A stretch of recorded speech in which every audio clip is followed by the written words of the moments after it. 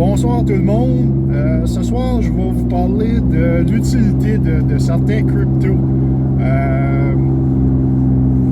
qu'on appelle les NFT. NFT, c'est pas vraiment un crypto comme tel, mais ça utilise les blockchains. Ce que ça va révolutionner, là, je vais parler surtout de la chain of supply. C'est la seule chose que je suis investi présentement.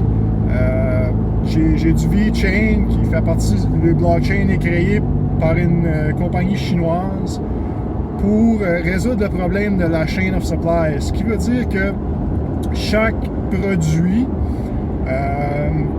de luxe ou mettons un véhicule, chaque pièce composante qui va passer dans dans la chaîne de manufacturation jusqu'à la livraison du produit final peut être identifié par un QR code unique. Ce qui va permettre de trouver, exemple, compagnie Honda qui a eu beaucoup de troubles avec les airbags Takata. Il nous faisait prendre le véhicule du client, il fallait qu'il vienne au garage, on vérifie la pièce comme telle sur le véhicule, faire sûr du numéro de série de la pièce, 40 dans les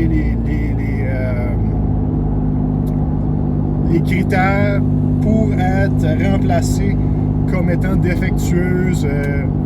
Mais avec le blockchain, les NFT, ce QR code-là qui aurait pu être potentiellement mis sur la pièce, elle peut soit être scanné, soit être enregistré dans une banque de données.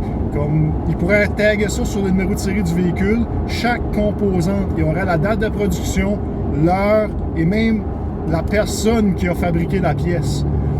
Ce qui pourrait sauver beaucoup de temps et beaucoup d'argent. Les compagnies, au lieu de recaller, mettons, 200 000 voitures parce qu'ils croient que la pièce peut être défectueuse par le time frame, mais ils ne savent pas c'est quoi le numéro de série qui a été mis sur le véhicule. De cette façon-là, chaque véhicule serait sur le blockchain. Il pourrait être traqué quand est-ce qu'ils vont avoir le micro-puce, quel qui a été fabriqué quand. À chaque fois que le QR code serait scanné, l'information serait visible pour tout le monde qui a accès à ce blockchain-là. C'est un petit peu dur à expliquer, mais présentement dans le monde automobile, parce que je travaille des pièces automobiles, c'est l'enfer à essayer d'avoir des pièces. Les numéros de suivi, il y a assez de backorder partout. On ne peut pas avoir de tracking number pour être capable de donner un estimé de quand on va recevoir la pièce pour le client ou même prévoir la journée de la réparation du véhicule. Il y a des compagnies que ça fait un petit bout. Mettons qu'on regarde le TPMS, les petits capteurs de pression dans les pneus. Continental, qui fait la plupart des capteurs au monde, ont tous des QR codes.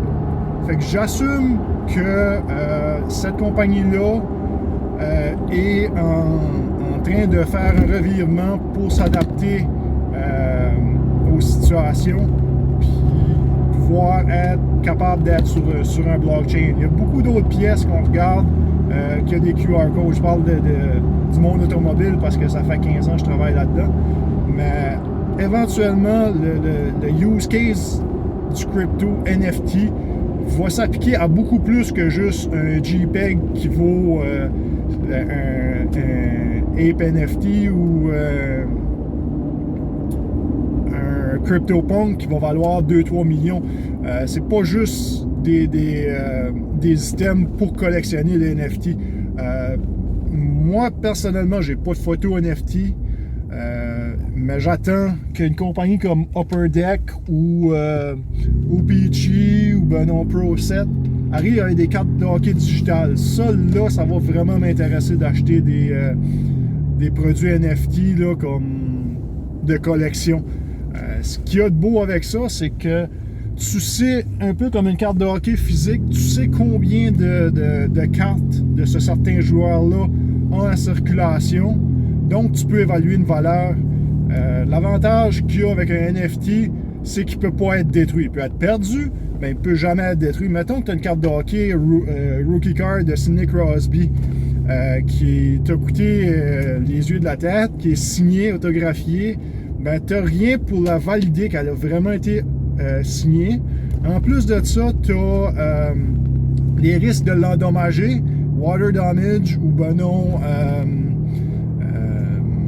la plier ou quelque chose comme ça là. Fait que ça serait un avantage d'avoir des cartes de hockey NFT.